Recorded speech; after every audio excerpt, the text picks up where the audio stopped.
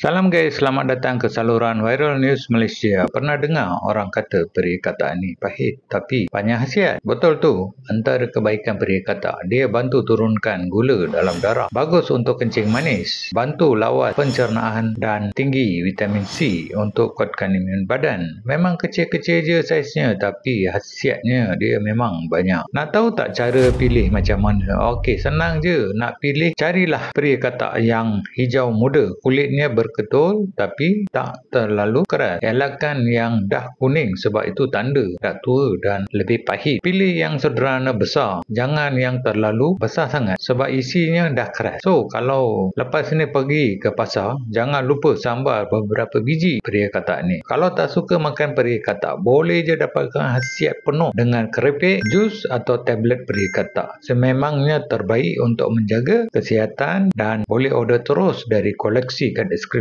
atau seksyen barangan dekat bawah. Okey guys, sekian video untuk kali ini. Jumpa lagi di video seterusnya. Jumpa lagi guys.